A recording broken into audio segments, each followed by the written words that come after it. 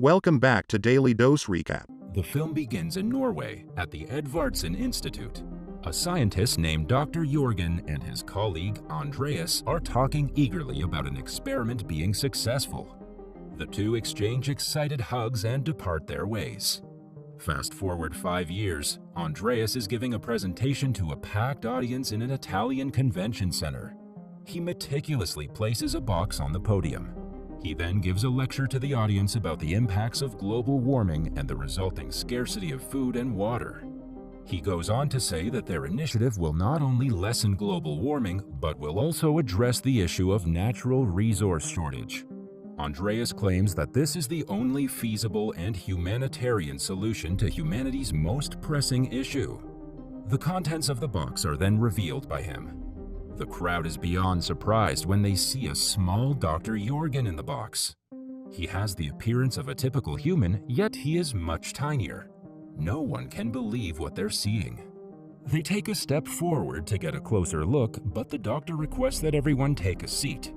Following this, he starts talking into a little microphone placed in front of him. He and his colleagues devised a technique 5 years ago that lowers all organic material to a cellular level by a ratio of 2,744 to 1. This process turns a man of 1.8 meters to 12.9 centimeters. The method was tried on a vast number of plants and animals, and researchers discovered that it's irreversible yet has no negative side effects. After the process was deemed safe, Dr. Jorgen's team recruited 36 volunteers, along with his wife, who went through the procedure. They have been living as little people ever since. Only dental and other prosthetics must be removed during the surgery. After an hour or two of being rendered tiny, the individual recovers completely. They then bring out the project's 36 volunteers, who are now little humans. They've spent the last 4 years in the world's first tiny colony. They've also given birth to the first tiny baby boy named Ronnie Nestard. Hearing this, the audience applauds enthusiastically. They believe that this is by far the most significant discovery in human history. Following the presentation, the idea of downsizing starts being discussed worldwide. People all across the world are stunned when beautiful ads about the discovery are shown on television. The ads urge everyone to live in the smallest possible way to save the world and live a better life. One of the viewers is Paul Safranek. He and some other people in the pub stare at the commercial in wonder. He returns home to see his ailing mother. Paul's life revolves entirely around her. She complains about the downsizing program, claiming that the same amount of effort should be placed towards finding a treatment for her condition. Cut to 10 years later, Paul's mother has long passed on. Paul is now married to Audrey Safranek and works as an occupational therapist. Sadly, the couple is having financial difficulties. Because of it, the two are compelled to move to a new home. Meanwhile, the downsizing program has grown in popularity over time. Several teeny-tiny colonies have sprouted up all over the planet. In fact, 3% of the world's population has been downsized and now lives in such colonies. The Safraneks attend their high school reunion one day, where they run across old friends Dave and Carol Johnson, who have downsized themselves. Everyone at the reunion is surprised to see their many friends. They meet at a friend's house after the reunion, where the Johnsons brag about downsizing being the finest decision they've made in their lives. They currently reside in Leisureland, a little colony in New Mexico. When Paul compliments Dave on his environmental efforts, Dave admits that he just did it for the money. It turns out that expenses are reduced by 90% after downsizing.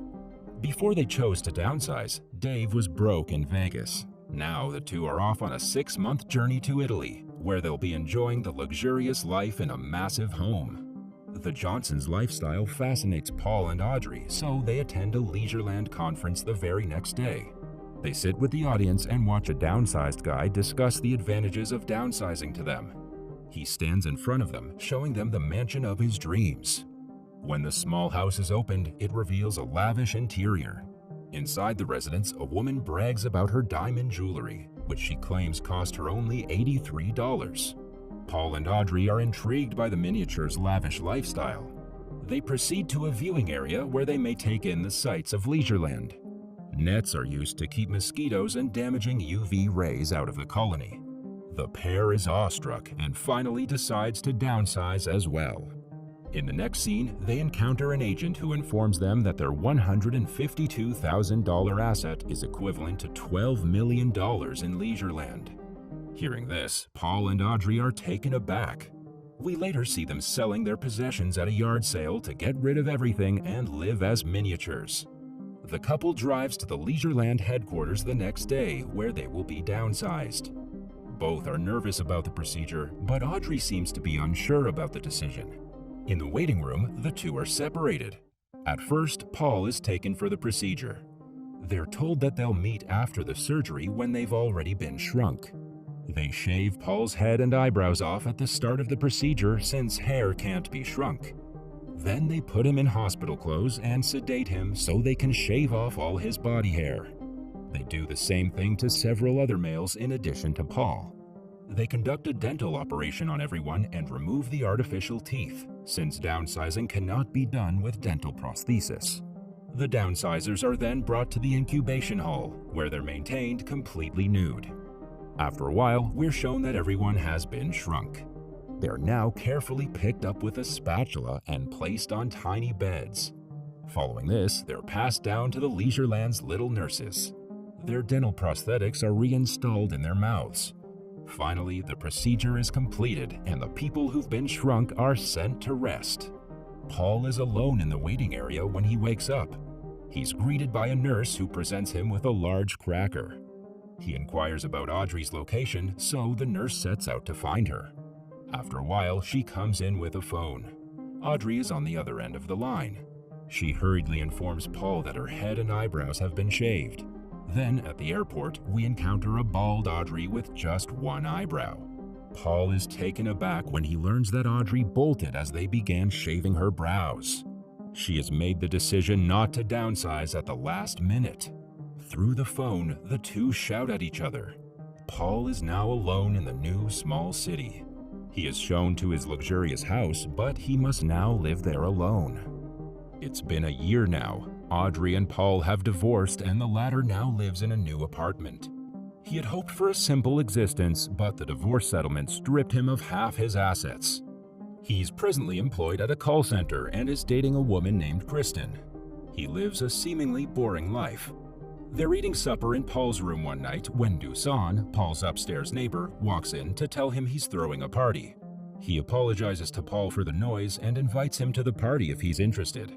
Later, Kristen and Paul get into a fight and break up, so Paul decides to go to Dusan's party. There, Paul has the time of his life. He kisses a random female and intakes one of her pills. Paul is taken over by the drug, and he has a great time for the rest of the night. He wakes up under a table in Dusan's flat the next morning. Soon, the cleaning crew shows up. One of the workers who limps catches Paul's eyes since he's an occupational therapist. He asks her to sit down and helps her with her prosthetic legs. Paul recognizes the worker as Ngop Lan Chun, a Vietnamese political activist who was jailed and downsized against her will. Ngop Lan's story was broadcasted worldwide then, but eventually it died down. Although Paul is a physical therapist and not a doctor, Ngop Lan brings him to her neighborhood to check on the residents. Even though they're tiny, Paul notices that the location she resides in is in terrible shape. There, Paul meets Ngop Lan's roommate, a severely sick Spanish woman. Ngop wants him to assist her, but he knows nothing about her condition. He instead helps Ngop Lan with her prosthetic limb, but he fractures it in the process. As a result of his screw-up, Ngop Lan makes him do her cleaning job until her new prosthetic legs arrive. Every day, Paul goes to work with Ngop Lan and cleans for her. They gather leftover food from the individuals for whom they work and deliver it to Ngop Lan's colony, where it's distributed to the needy. Even though she's going through a difficult time, she remembers to serve others in her neighborhood. One day, Ngop Lan obtains a cleaning job at Dusan's. Dusan is taken aback when he sees Paul working as a cleaner and mocks him. Paul tells him that he'll have to do this for the next 6 to 10 weeks. Hearing this, Dusan feels sad and decides to help his friend. He invites Paul to accompany him and his buddy Joris Conrad on a trip to Norway, where the first tiny community was established. However, Ngoplan insists that she wants to go too, since she was summoned by Dr. Jorgen, the doctor who began it all. He too is a resident of the same colony and is eager to see Ngoplan after hearing about her brave demonstrations in Vietnam. The lads are skeptical at first, but they finally agree to go to Norway along with Ngoplan. A few days later, they're all on Dusan's boat sailing across a fjord. Suddenly, they come across Dr. Jorgen and his wife, Anne Helen, who are also on their way to the colony aboard their own boat. Dr. Jorgen eventually sees Ngoplan and apologizes to her for his technique being used forcefully on her. There, the group is informed about the methane release in Antarctica that will increase global warming by a vast percentage. This cannot be prevented, and the human species will go extinct in 100 years due to mass overpopulation. Downsizing was done to decrease the probability to some level, although only 3% of the world's population has been shrunk. Dr. Jorgen is heartbroken that his invention arrived too late to rescue the planet. At last, he mentions that the damage is irreversible and there is no solution to change it. Later, Ngoplan and Paul are in their cabin together. As Paul is examining her legs, they somehow get close and end up having intercourse. The next morning, the group arrives at the first colony. It's a little community where everyone gets along. They are warmly welcomed by the inhabitants. The place is vastly different from Leisureland because it has no nets overhead and isn't as developed. The residents claim that no mosquitoes come there because of the place being too close to the river. Later at dinner, the group finds out that the residents have built a massive vault inside a mountain to protect the colony and humanity in the event of extinction. The whole community, as well as Dr. Jorgen and his wife, are going to enter the vault the next day. Paul, inspired by Dr. Jorgen's comments, also wants to join the colony. He has the impression that he was sent here for a cause. As a result, when Ngop asks him to return with her, he refuses. Meanwhile, Dusan and Joris also make their way back to their house in Leisureland. In the next scene, just a few hours are left till everyone migrates to the vault. Ngop asks Paul if he made love with her because he pitied her or if he actually cares about her. Paul responds that he cares about her, but the vault provides him meaning in his life. When the moment comes, Paul says his goodbyes and enters the vault, leaving the other three outside.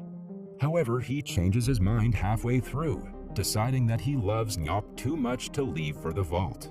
Wasting no time, he returns and embraces her. Meanwhile, the vault's door closes to never open again. In the last scene of the movie, Ngop and Paul live together and aid the people in Ngop's neighborhood. Subscribe and turn on notifications for more videos like this and help the channel out. Thank you for watching.